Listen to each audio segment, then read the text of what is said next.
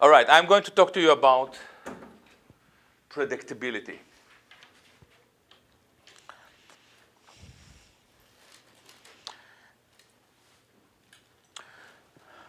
For society, a capitalist society, to be efficient, productive, sustaining itself, you need two elements. You need manufacturing,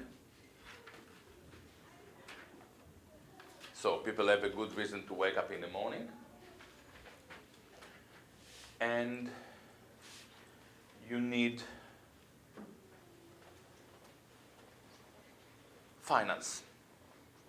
These two things supposed to work together.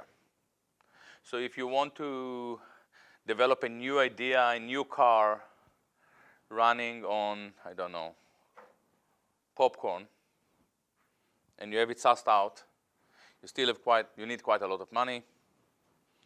You call the people in Wall Street, and you get it together. The manufacturing section is quite big. You need a lot of people to work, a lot of aspects, different industries. The finance sector is pretty small. The problem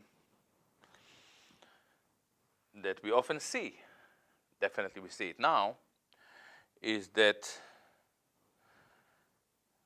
the finance sector is concerned with money for the sake of money. They're not concerned with issues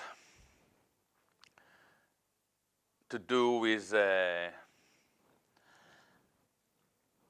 sustaining economy growth or whatever. From them, it's good enough if they turn all of you into consumers, which is something that happened to you in the last 2-3 decades. And if they manufacture this car in China, it won't happen in Detroit.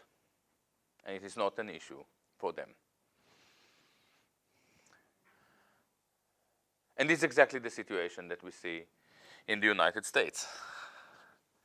It happened to us here, in Britain, in France, in Spain, in the West.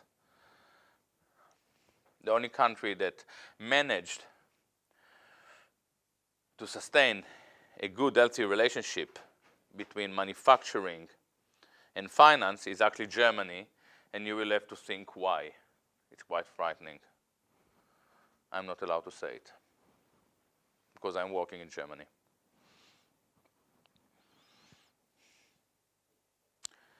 This relationship between manufacturing and finance can be extremely healthy, and yet in this country it didn't work at all. This is why those who used to be working class are now workless class, and many of them are underclass. They are pushed out completely. Once you cannot consume, you become an underclass. I'm not original here.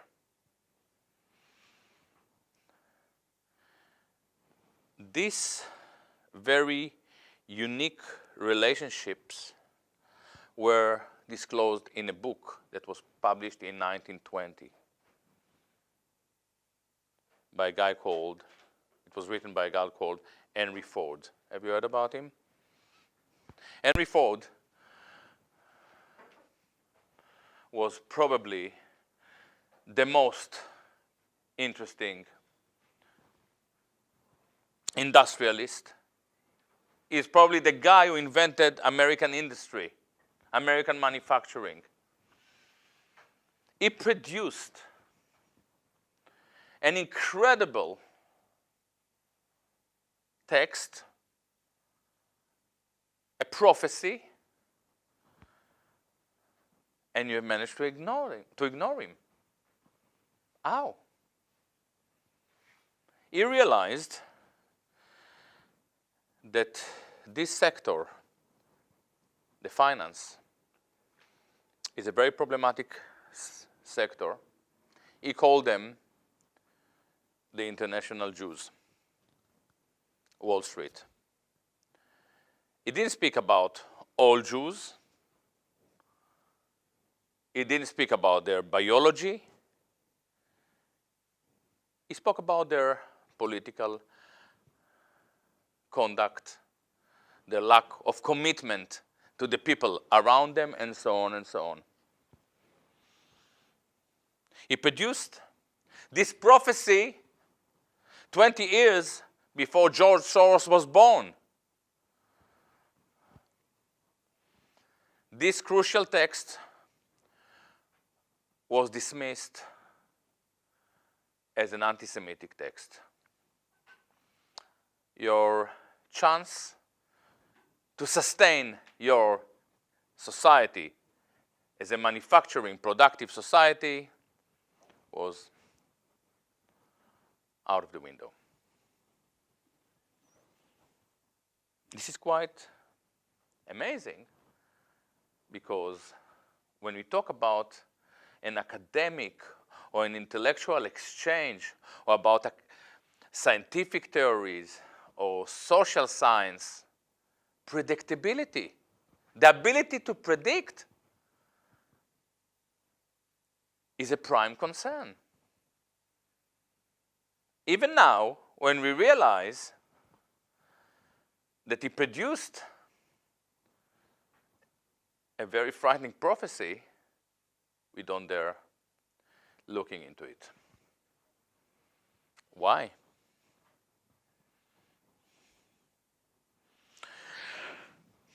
Let's look into another scientific analysis of our social condition.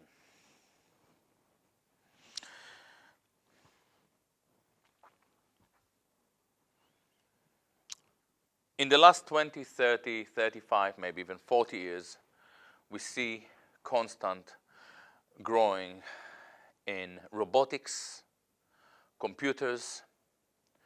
There is less and less need in manual labor.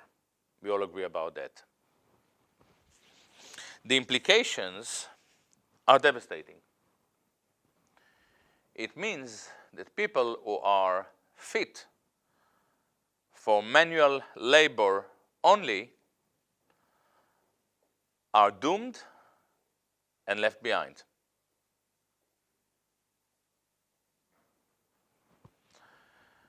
When we look at cognitive ability,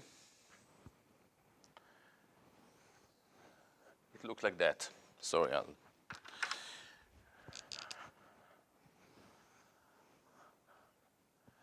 this is ability, and this is quantity, numbers. So in a society, in every society, we have quite a few stupid people, quite a few very clever people, and many, many people like us, average.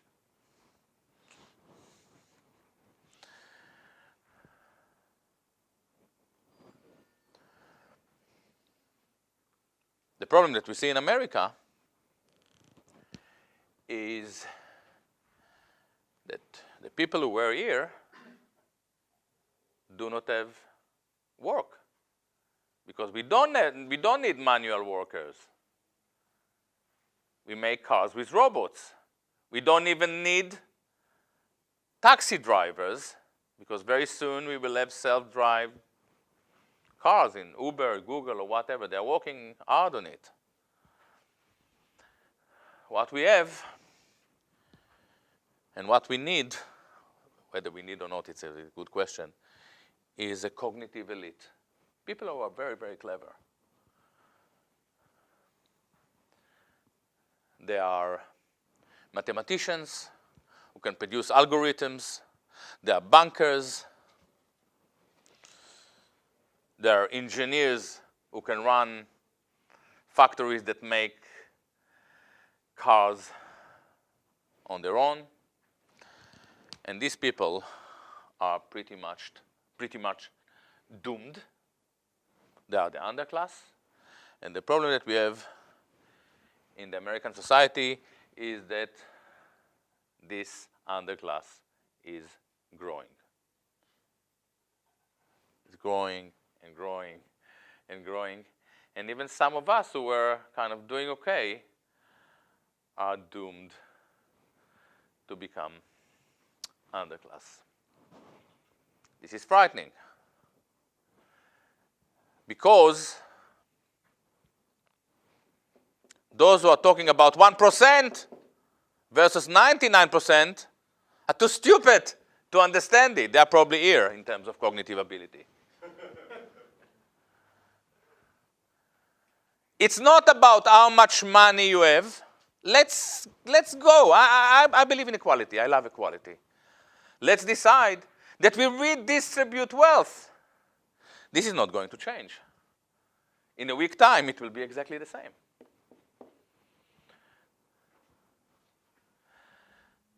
This means, and you probably can see it in Seattle, that these people don't mix with other people. In Ford's factory in 1920, you would have a very clever person walking side by side with a very stupid one. And they would have fun. And they would mix. And they would have many kids. And some of the kids will be very clever and some will be less clever. But now, in segregated America, this is gone. These are living in Manhattan. And when you go to New York, New Jersey, Brooklyn, you see a lot of poverty. Every time I come, I don't live in this country. So every time I visit, I say, oh my God, it starts to look bad. All those slums. And there is no way out of it. Again, this is quite clever. Unfortunately, I cannot take the credit for this observation. There was a guy named Richard Herrnstein who understood that this is the case already in the 70s. He said, America is moving rapidly towards cognitive partitioning. Oligarchy and a lot of deprived people. It was ignored. His book, that I think came in '94, The Bell Curve, was burned. Not because he was wrong. He was absolutely right. And by the way, once you understand it, there are a lot of ways to deal with it. Once you understand that manufacturing is going down the tube, there are a lot of ways to deal with it. You put huge import tax, for instance. You tell your people, if you want to drive Ford, it will cost you 10,000 quid. If you insist to drive Toyota, it will cost you 50. This is how people used to do it.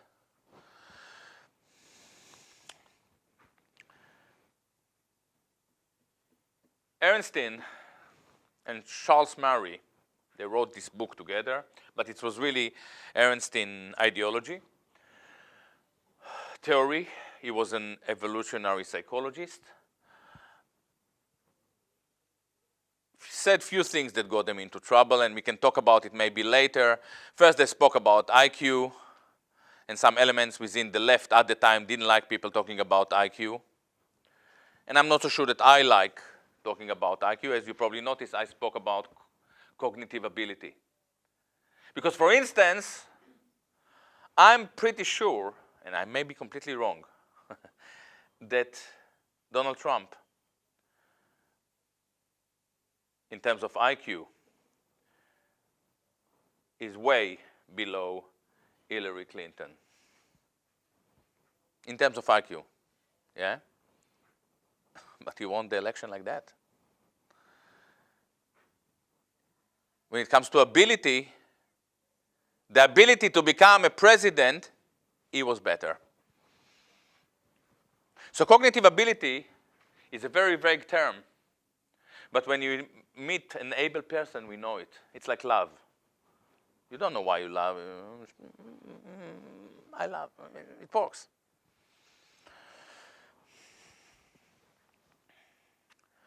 So they spoke about IQ. They got a lot of penalty for it. And they also compared between races. They said that if these are the white Americans, these are the Asians and the Jews. Nobody gave them flack for saying that the Jews are more clever.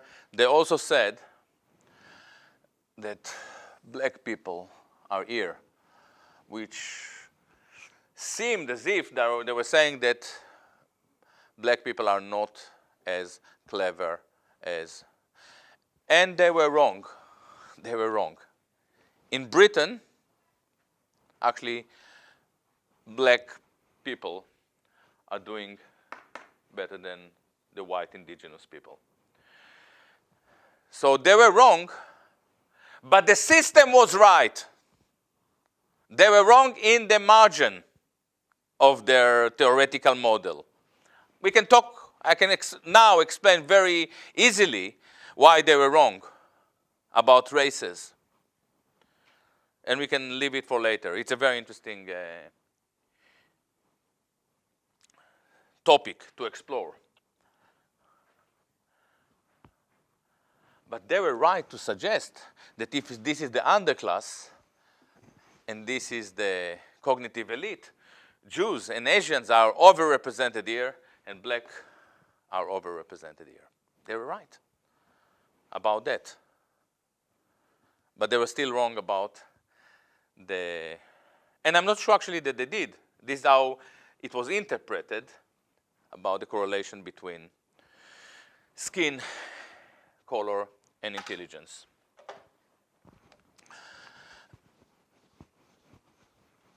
We are living in a very devastating or devastated universe. There is no much hope around.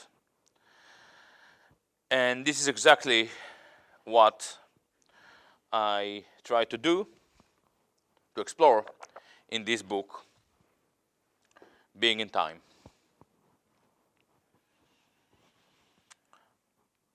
I was curious to understand how did we manage to miss these two theories that could save us? Who were the people who obliterated our ability to think, to survive, to save ourselves? How is it possible that in the last 20, 30 years, it always takes me 5-10 minutes to get going. Now it's going to flow. How is it possible? How is it possible that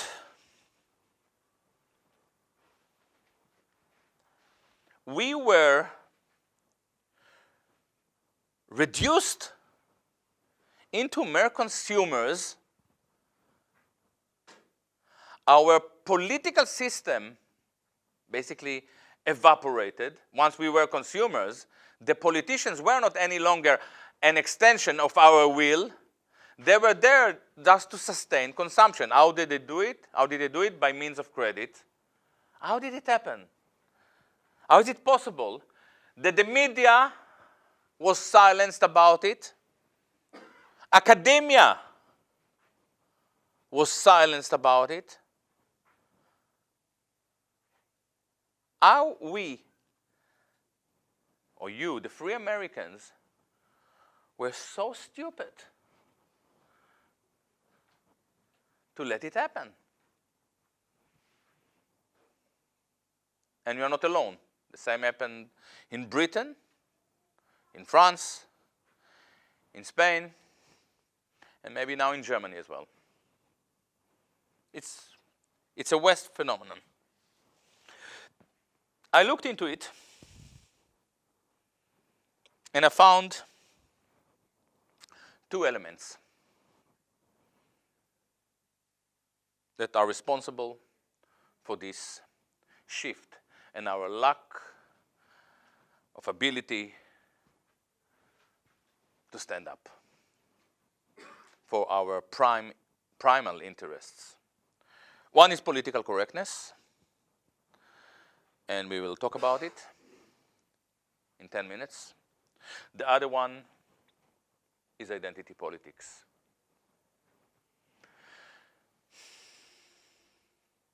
Identity politics is a fascinating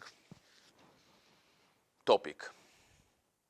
When we were young, actually I cannot even say we were young because some of you are so young that when we were young, the rest of us were young, you were not existent.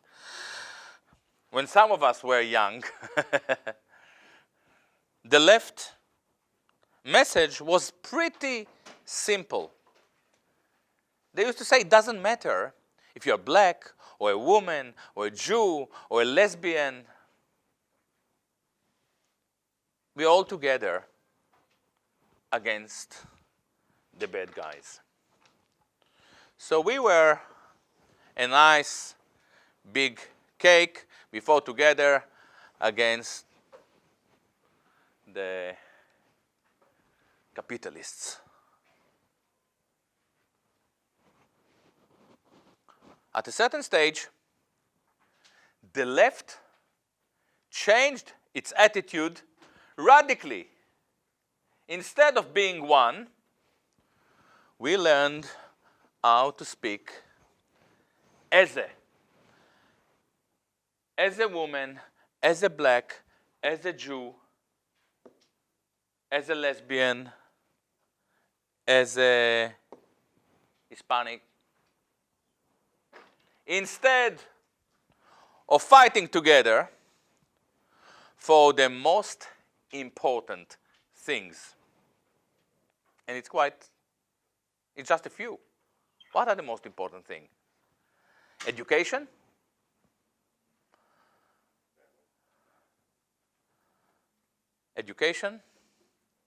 manufacturing, so you have a good reason to wake up in the morning, and health. And there are a few others. You said family. Yeah. We will talk about the family. We'll get there for sure. Instead of fighting for these three or four or five most important things that unite us all regardless of our skin color or gender or what we kind of fantasize of spending the night with.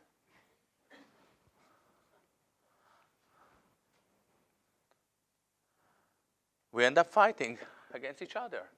The most idiotic sectarian wars. And the capitalists, the bad guys, at the party. And this is something that was created by the left. Why did they do it? It's a good question. They did it for two reasons.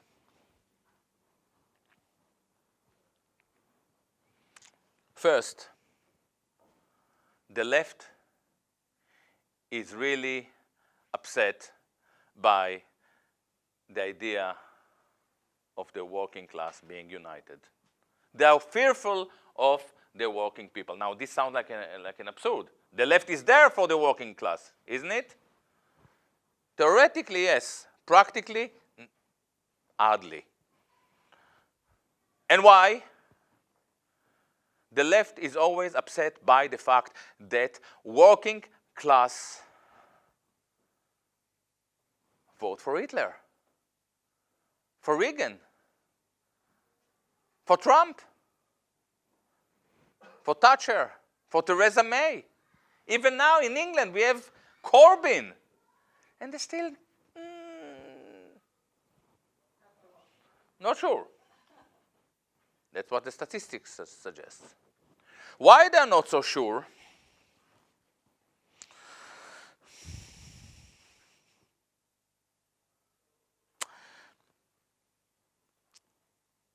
The working class are called working class because they go to work in the morning, something that, for instance, Corbyn never did. And Bernie Sanders also, you know, working class. Working is not, you know, you wouldn't find him in a factory. You tell John Smith, we'll meet tomorrow at 12 o'clock in the library. We start a revolution. He said, I can't, I'm at work. So there is a form of detachment here, huh? And this detachment is extremely concerning for left agitators. And this is why they want to create or to invent a new oppress. So instead of us being oppressed together and fighting together, now we are moving into a society where that is an amalgam of many oppressed groups. The women, the gays, the Jews, the black, and guess what? Each one of those oppressed groups is a cosmopolitan body. So for instance, let's say, the gays in America, it's not an identity that ends in a few miles up the road in the Canadian border. They are together with the Canadian gays. They share a lot between themselves. And it continues to Europe, to England, to France, to Poland, to Russia.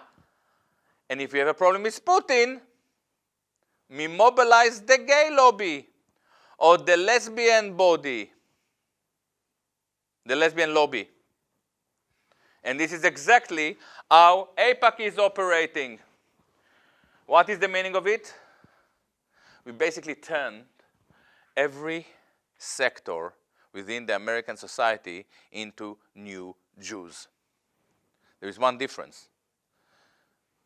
The Jews are better than anyone else in being Jews. You know why? They're doing it for 3,000 years. So if you want to be a woman and to do women politics, tfaddal, you say in Arabic, go for it. But you won't be as good as me. By the age of 5, I would be better. I was better than your best politician. It was in my language, it was in my culture, maybe in my circumcision. I don't know. But this is why I understand it. I understand all of it because I was born into it. And you spoke about family. Nobody tried to take it from me. I was born in Israel, in case you didn't know. And what I'm saying now may be upsetting for some of you, both people who are in the left and in the right. The biggest problem here is that most of these identities, if not all of them, are actually defined by biology. Am I right? By skin color, by your sexual orientation. If you are a Jew, is it by the genes of your mother? This is slightly problematic if you are a lefty. It's supposed to be. This is biological determinism, isn't it? What was the biggest problem with Hitler? It's not National Socialism. It's not the idea of fascism, of equality, Italian fascism, or equality of Italian people. This is not problem. There were some other problems, Mussolini, tyrannical, and so on and so on. It's not, in Germany, National Socialism, the idea of equality between German-speaking people. This is not how you learned history. This was National Socialism in Germany. Equality of the German people. This is why we had Anschluss. This is why we went to the Sudeten. And then we have Hitler. Equality of one race. This is, for most people, where the problem really starts, because if you are born to the wrong parents, you have a problem in Germany. The idiotic new left bought into this model of biological determinism. They are the new Hitlerians. And they are so detached that they don't even understand it. Do they need a saxophonist from London to point at it? What do they do in universities? Bunch of morons. But the new left wasn't alone.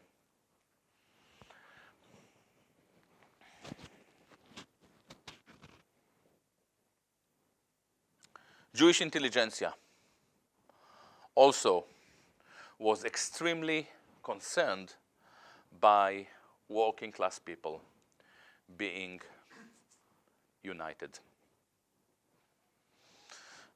And why? They had a good reason. When working class are united, they're threatened by it. They had some bad experience in Europe and so on and so on. For Jewish intelligentsia, this is an ideal condition. Everyone become a Jew, a tribal. We are an amalgam of tribes.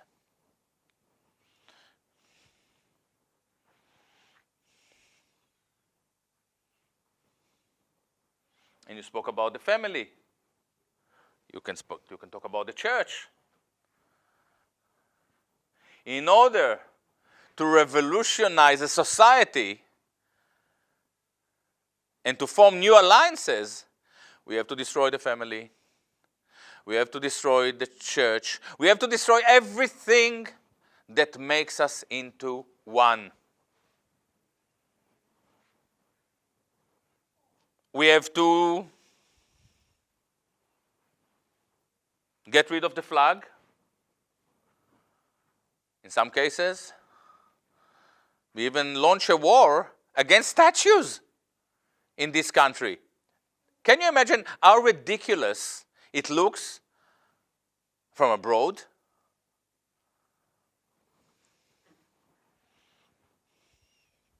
If you don't like someone, you make sure that he's there. So you bring your kid and say, I see this Robert Lee, I don't like him. If they're concerned with it. I don't get into this debate. Obliterating your past? In the name of what?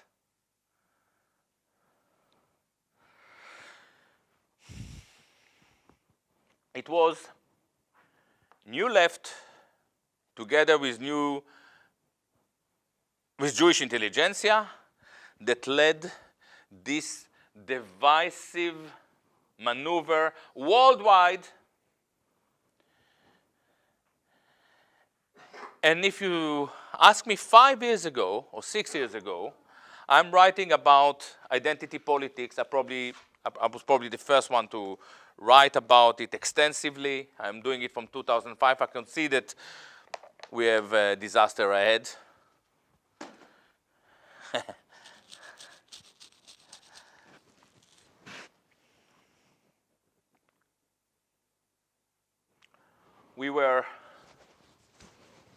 When we think about,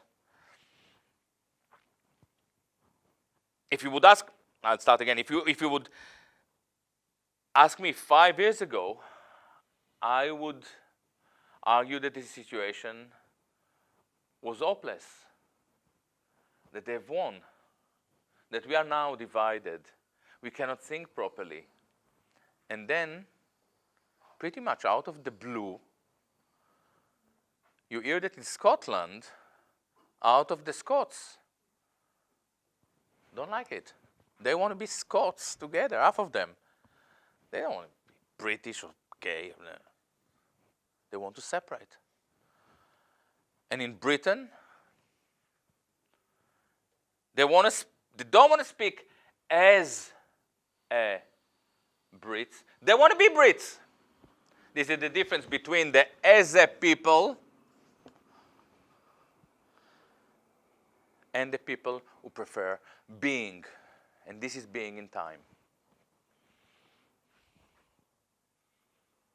And then election in America.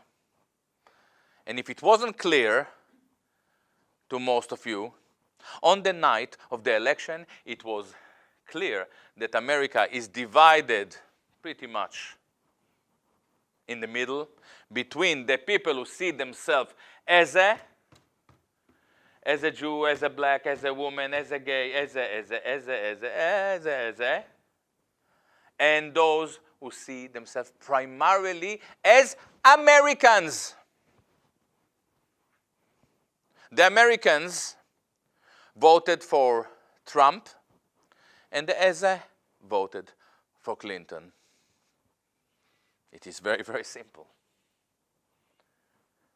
It is the vision of an amalgam of identitarians as opposed to one nation of people who move to God together and deal with the problem. Now, I'm not a Trump supporter. This is what was appealing in Trump. Whether Trump can provide or not is a big question, and I'm not so sure at all. We learned another thing in the election. The left is always all the time talk to us about progress and utopia, and we are moving forward. And then suddenly, out of the fucking blue, we find out that utopia, for most people, is nostalgia. Trump is telling us, I don't think that they speak about it anymore, but at the time, let us make America great again. Nostalgia to the family, to the church, to having a good reason to go to sleep early because we have to work tomorrow.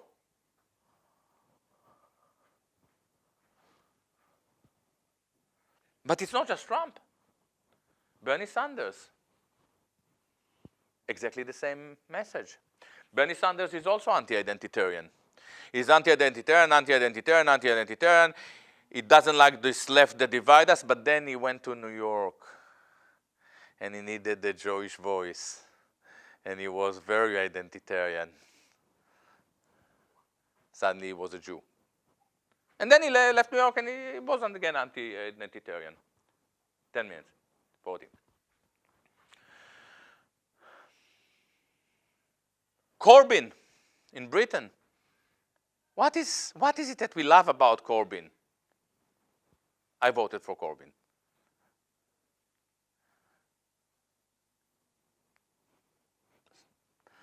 What we like about Corbyn is the old style lefty. He didn't want all these identities. Now we start to move fast forward. How is it possible that such a huge transition happens in our society and we don't say a word? We are impoverished. This is a war against us by very clear, specific entity. In fact, there is a guy here called Soros, and he's not alone, there are a few of them, that funds this entire project. How is it possible that we cannot talk about it? Political correctness. What is political correctness? Political correctness is politics that doesn't allow political opposition. Politics that doesn't allow political opposition is the definition of tyranny. Political correctness is way more dangerous than tyranny. And why? Because in a case of tyranny, you say, I have some issues. I don't like Mussolini. I don't like Stalin. I don't like Tony Blair. This is an external entity. In the case of political correctness, the tyrant is here. It's yourself. It's self-suppression. The first time you know it happens to you, tell the truth, and people, oh, you know, this is something that we don't say anymore. The next time, it occurs to you, but you don't mention it. And there is no third time. You learn not to think. You become a zombie. The reason that you have so many zombie films produced in Hollywood, it's not a science fiction reality. The reason that you are fascinated by it is because you somehow empathize with them. You put yourself in your shoes because you are a bunch of zombies. And so am I. I don't try to upset you. But you should be upset, all right? Let's agree about that.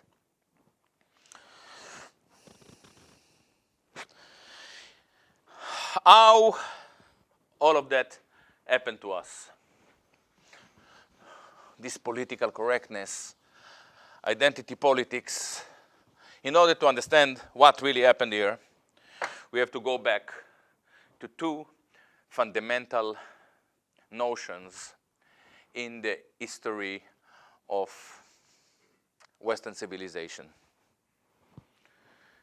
Athens and Jerusalem. Athens, I'm using them now metaphorically. It's not exactly what Athens was. Athens is the city, the birthplace of philosophy,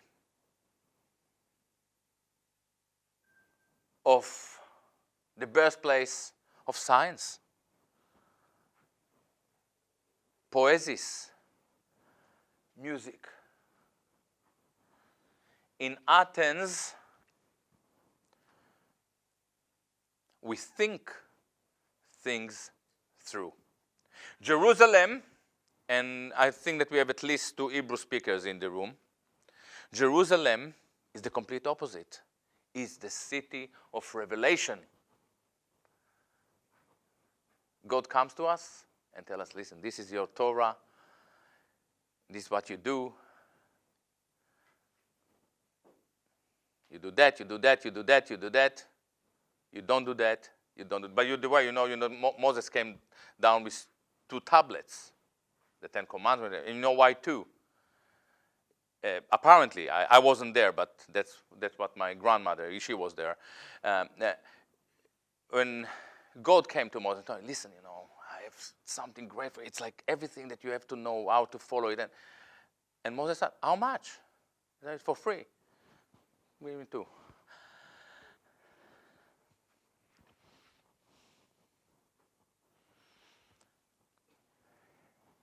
Jerusalem isn't necessarily Jews. Tony Blair is a Jerusalemite. Hitler was Athenian, became a Jerusalemite. It's not right or left. It's 2 metaphysical concepts. In Athens, you think things through.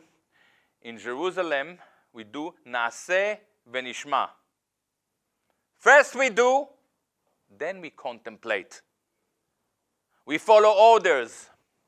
Political correctness is exactly that, setting society into a subservient body that follows orders. In our society, we don't have any more ethical judgments. We don't produce ethical judgments. We follow orders. You shouldn't say that. You shouldn't think about it. This is how we make people into zombies. The progressives are the ultimate Jerusalemites. They know what is right and what is wrong. And they're also Chosenites. If I'm progressive, someone else must be reactionary. How do I sustain my progressive existence unless I'm progressive in comparison to someone else? So if I don't agree with you, you become a basket of deplorables. If I don't agree with you, you become rednecks. The left calls people rednecks. Rednecks, they have their necks red because they were walking in the field. You were supposed to, you used to represent them. To save America, to save the West, is to bring back Athens. Everything good in this country is Athens-oriented. Your freedom, your First Amendment, democracy, this is all from Athens. Political correctness, legislation, more and more and more and more laws, and we cannot even talk about anything. And when somebody comes with a theory, I go back now to the beginning of this talk, that can save America 100 years ahead, we kill him. And by the way, the guy who invented, or the guy who observed this issue of a cognitive elite, the bell curve, Richard Herrnstein, didn't even see his book published. The assault was so immense that he died on the week of the publication. If you want to survive the next 10, 20 years as a nation, as people with dignity, you go back to Athens. You learn to think and to express yourself, and you bear the consequences, because there is no other way. I think that is exactly the time. Huh? What time? Being in time, huh? Yeah. Yeah. Yeah.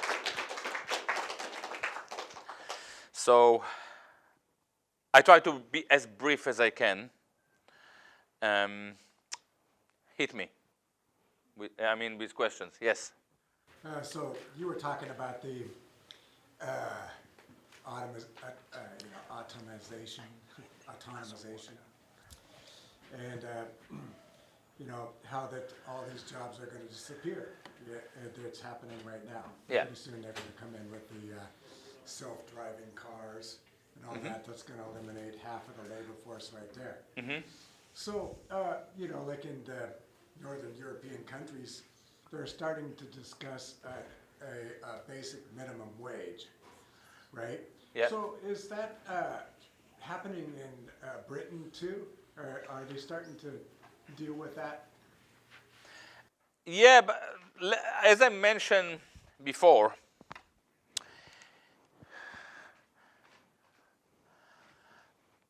the left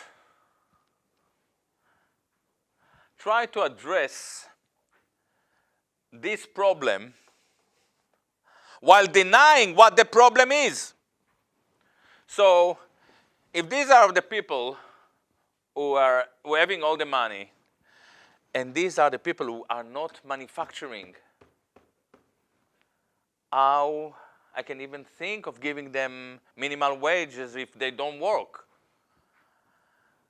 What we have to address is not distribution of wealth, but how do we get out of this partitioning?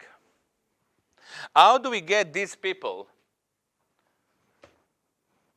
to be truly involved in their society.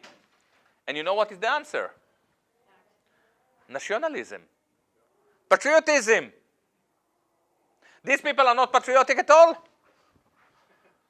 They're actually anti-patriotic because they want to produce in China. It's cheaper. And when China is starting to get expensive, they will start to produce in Africa. And where is the left? The left used to be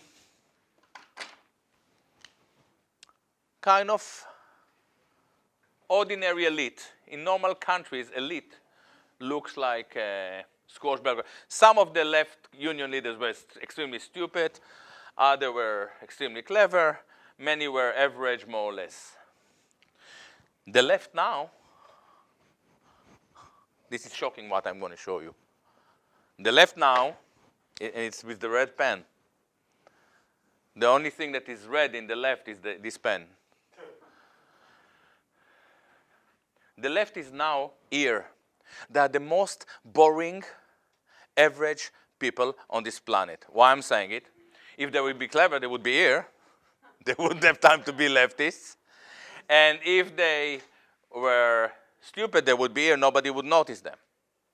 So what is happening now? Look, this is frightening. The left, the so-called left, this is not left, this is new left. This is what the left is. Yeah? The new left is here, a bunch of average, treacherous morons. They are getting money, funds, serious funds, from the people here, from people like Soros, the Open Society Institute, and their job is to have a fight with the people that they were initially committed to, and this is the Antifa. And they don't even know how to fight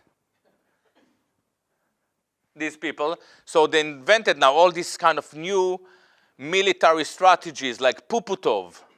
Have you heard about Puputov? It's like Molotov bottles, but containing poo-poo. They are really enthusiastic about poo-poo ballistic. It's quite disgusting. All right? These people here, and by the way, Corbyn is here. He's not the most clever guy. He's just a very, very nice guy. He's a very, very nice guy. This is the problem, by the way. He's here. He cannot address this issue because left, the old left, was all labor-oriented. If there is no labor, what is the meaning of left? We are dealing with cognitive partitioning. The left doesn't have the intellectual, the ideological, the political terms to understand the society in which we live. And by the way, the right doesn't even care. And this is why I call this book, Being in Time, a post-political manifesto. By the way, I call it manifesto just to annoy some leftists. It's not a manifesto. I was asked today to choose for a music market. I'm a musician. I'm a full-time musician to choose my 10 most favorite tunes, and I put Wagner. I don't like Wagner at all, but just number 10 just to annoy some people. Sorry. Oh, so in 1994, I found a document that just blew my mind, and the implications were so profound, it just really changed my life. And that in 2005, I managed to finally to relocate it, and I put it on the internet. And the way that I made certain errors when I formatted it and so on, I can see that this was the origin of this document that has grown legs, and I just see it absolutely everywhere. And it was authored by a guy who's just so remarkable. I really want to know if you know who he is and what you think of him. His name is Benjamin Friedman. For sure. Yeah, so I've always thought of you as sort of a latter-day Benjamin Friedman, sort of something of one, right? No. With regard to one topic. Benjamin Friedman is actually a very, very interesting character in terms of the understanding of the history that led us to World War II and to a certain extent again to the world in which we are living. It takes us a bit out of this discussion about identity. But what is so fascinating about Benjamin Friedman is the fact that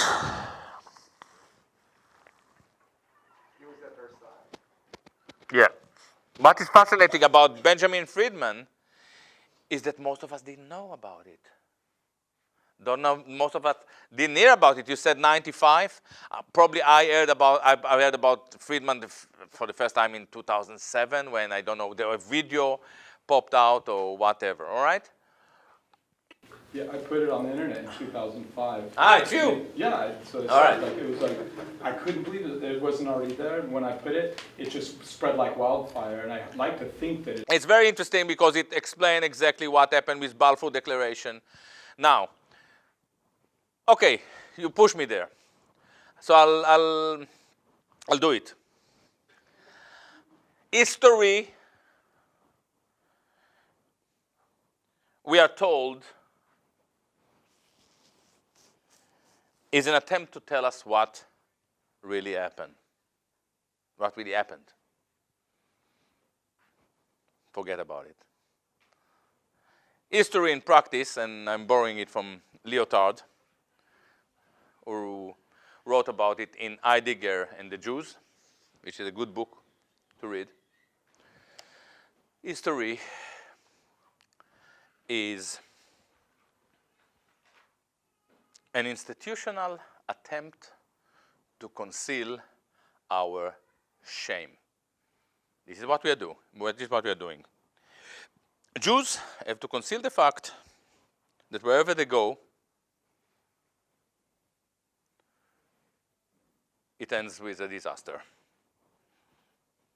They conceal the fact so well that they don't even understand that this is exactly what is happening to them to Palestine. They only have to lose one war. Am I right? Even the Israelis approve. Ex-Israelis. All right? Americans, you have so much shit in your past. 100 years, the last 100 years, there is no single year where you don't drop bombs on innocent civilians. What do you do with it? What do you do with slavery? You build Holocaust museums. You divert the attention from your disastrous past. This is not what history should be. History, the role of the real historian is identical with the role of the good psychoanalyst. What a good psychoanalyst is doing is unveiling the shame. Lacan was very good at it. All his patients, without exception, committed the suicide.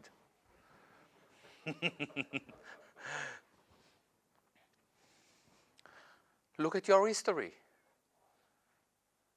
You don't understand a thing. This is why it took so many years for Friedman to pop out. And if you mention Friedman in some circles, you will be excluded. If I assume that if you are a history teacher and you come to your students and say, let's today analyze critically this speech, there is no reason for you to come to school tomorrow. Yeah, sorry. Yeah, okay. Do I have to pass this box here? I don't know. So we already did it? Yeah. Okay. Yeah. Have you ever heard of Amitai Etzioni? Mm-hmm. Could you explain to me what you know about him? I don't know enough to elaborate, but when I looked into it, it looked quite bad. It's community, right? Yeah. Communitarian. So Yeah. this splitting left into communities like gays and blacks and these and that. That's Yeah. a communitarian Let- gambit, right? Yeah, It's global. for sure. There's no more For sure. family, no more state. We just got these global communities of gays. For sure, for sure. I actually elaborated on it, but it's actually not just Amitai Etzioni. If you want really to dig into this issue, it is something that, as far as I'm concerned, starts with Frankfurt School and Wilhelm Reich. Etzioni comes much later. And the initial project started actually with a great Italian socialist and thinker, interesting at least, Gramsci. And to some extent, people, you can even go as far as Sorel. They understood that the communist revolution will never happen. Why it will never happen? Because the working class going to work. They don't have time for revolutions. And Marx is, anyway, too complicated. Dialectical materialism, oh my God. You know, you need a PhD in physics to understand it. And if you have a PhD in physics, you know that it's wrong. it's a problem. All right, one second. So they said, okay, in order to bring progress, we have to change the way people think. And what is the name of a Wilhelm Reich book from the 30s about sex? Orgel something? No, Organ is later. Machine. Never mind.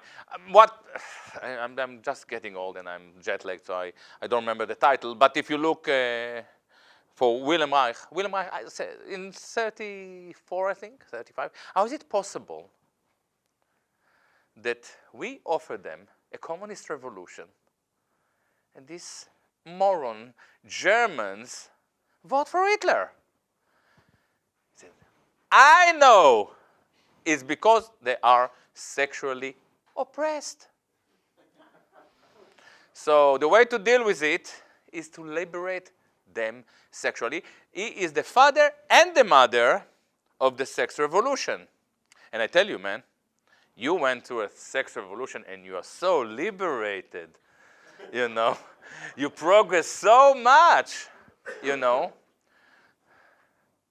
So this was a project that was set against any form of hegemony, the family, the church, the men, the white,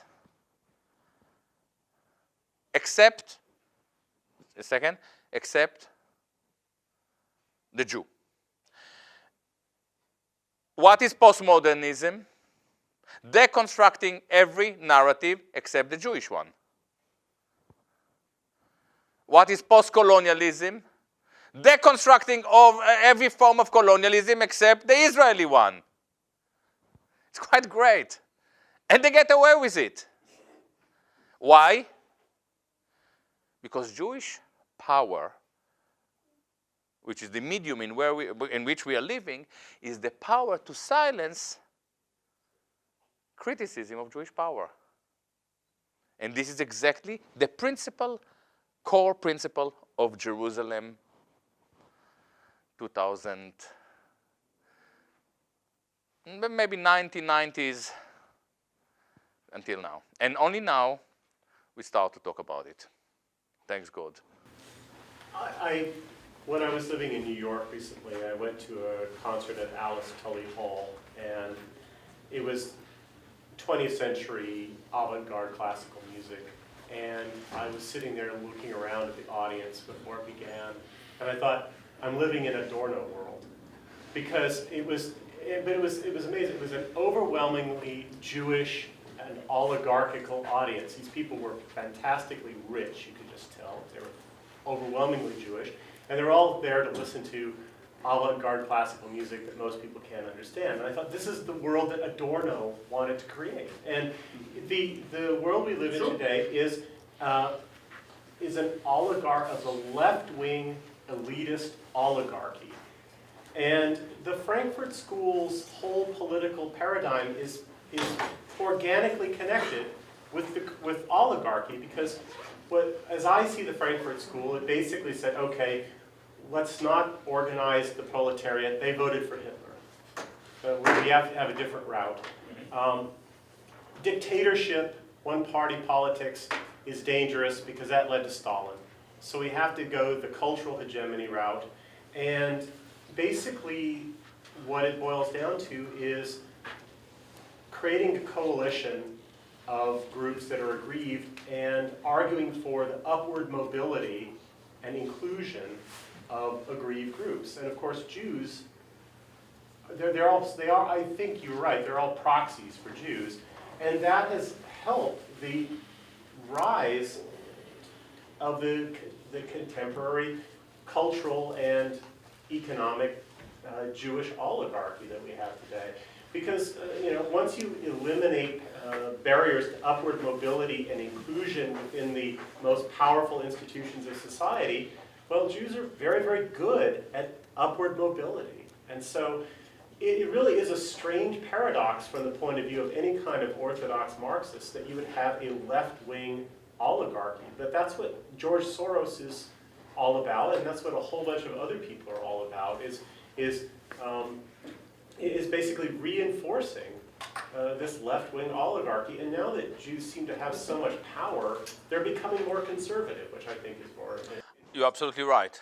You're absolutely right. And the one thing that we can notice... Okay, I have to... In order to understand why you are paralyzed and why it is not an easy war, I cannot tell you too much because I want you to buy the book. because I was a Jew. All right. So I think marketing, yeah? Yeah.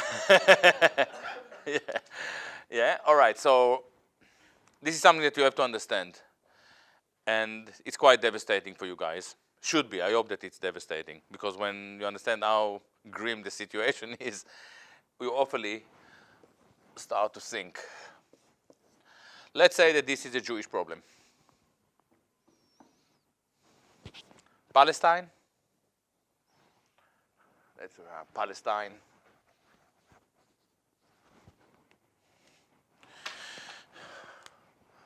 Banking. Cultural Marxism, all right? Cultural Marxism, which is important because this is exactly what you spoke about. Control of the media. Media. My handwriting is disaster. Give me another. This is Palestine, Middle East, foreign policy. Foreign policy. Foreign policy. Policy. All right.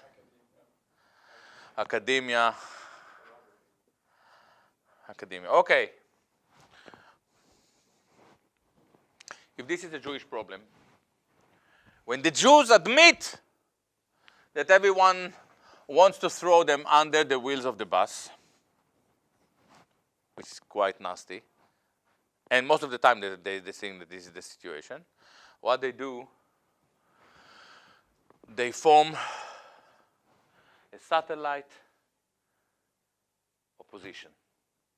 Now, this is not conspiratorial. If you are a Jew and you see what Israel is doing in Palestine, you say, you know what, I don't feel right about it.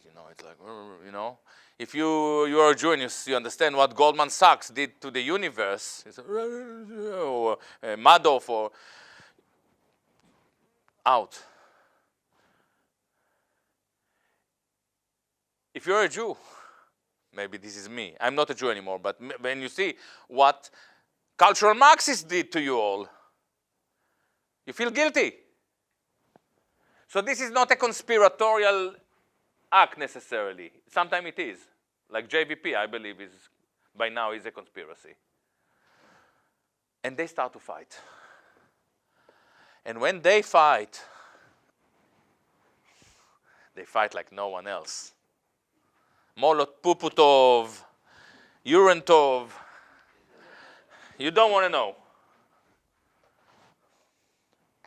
and this is your part. So until now, you were upset because of Palestine, because of foreign policy. This is what is happening now. You form a new theater. You move out. You say, it's fine, it's fine, it's fine, it's fine, it's fine. We let the Jews deal with it. Why? Because if you don't, we would have a Holocaust every week. And you're good people, you don't want to have Holocaust. It's gas and it's a lot of work. So it's very safe for you. You move out. But what happened here? What is happening here? Palestine, problem. We have JVP, all these good Jews for Palestine. Banking, we have Karl Marx.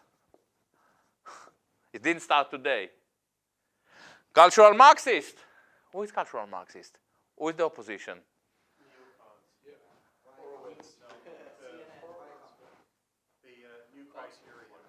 Horowitz. And this was a shock for me. Because I started to write about it, and then I came across Andrew Breitbart. And I was fucking impressed. He said everything. But then I noticed something, because I started to read, not in the book, but when I saw the videos, there is every 10 minutes, he speaks about his bar mitzvah. I know how to bar mitzvah.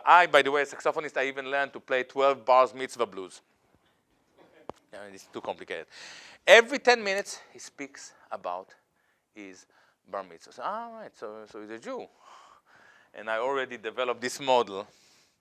So I said, let's listen carefully to what he says. And this is how Andrew Breitbart, probably the most popular critics of cultural Marxism, this is how he developed, how he presents this problem. I'm probably verbatim, probably word by word, what I'm going to tell you now. In the 30s, a bunch of German political scientists immigrated to this country and started to interfere with our Judeo-Christian culture. What did he do here? It's more than that. They were not German social scientists. The truth is, in the 30s, a bunch of Jewish social scientists immigrated to this country and started to interfere with our Christian culture. He made your culture into an extension of his Judeo, and the cultural Marxists became Germans, foreigners. Genius? Why do you need Gilad Atzmon to tell you? I'm a fucking saxophonist. It's not my job. I have to play fast and loud. All right? So we have JVP, we have Bank, it's Marxism, we have cultural, so we have Breitbart, media. Yeah? Breitbart, of course. Democracy later. Democracy now. Democracy now. Yeah? Huh? Why not? Absolutely. For sure. That's what I'm saying. That's what I'm saying. That's what I'm saying. So, no. So you have a CNN, we're gatekeepers. They take Democracy Now, Paul J, Real News. All right? Foreign policy. Noam Chomsky. Academia. It's again, Andrew Breitbart. Now, what it means, every crucial issue in your society is now, ladies and gentlemen, an internal Jewish debate. If we find out that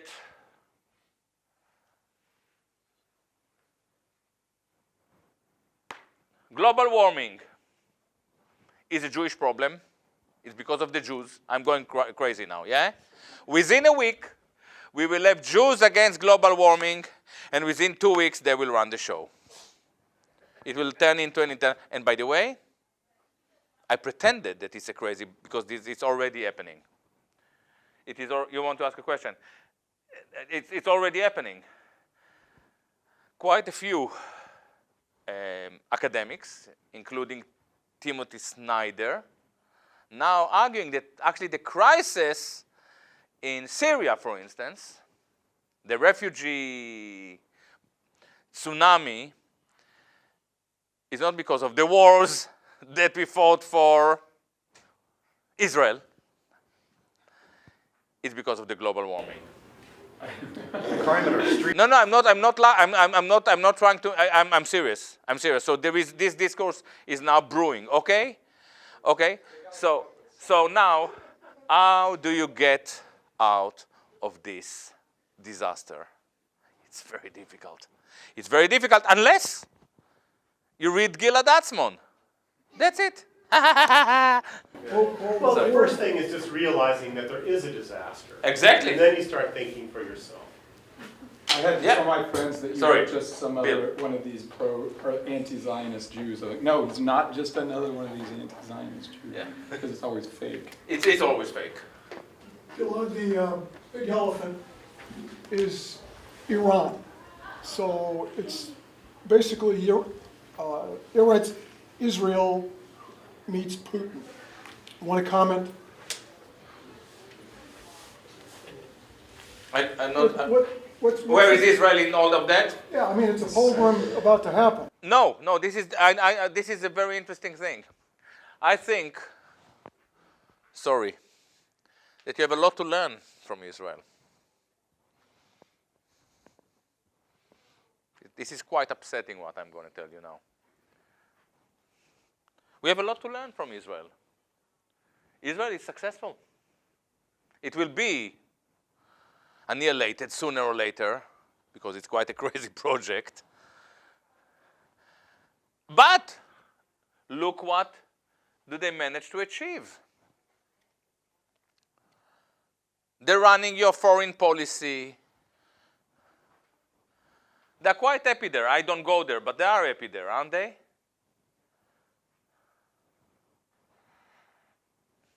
Let me show you something fascinating about Israel.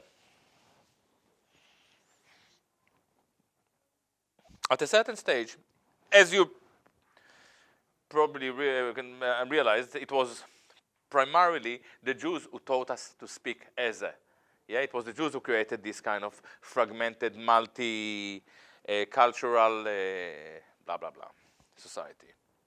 At a certain stage, the Israelis, the Zionists said, what are you on about?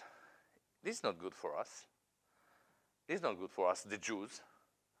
What does it mean for you to speak as a Jew in Brooklyn? What does it mean? It's bullshit. Come to Israel and be a Jew.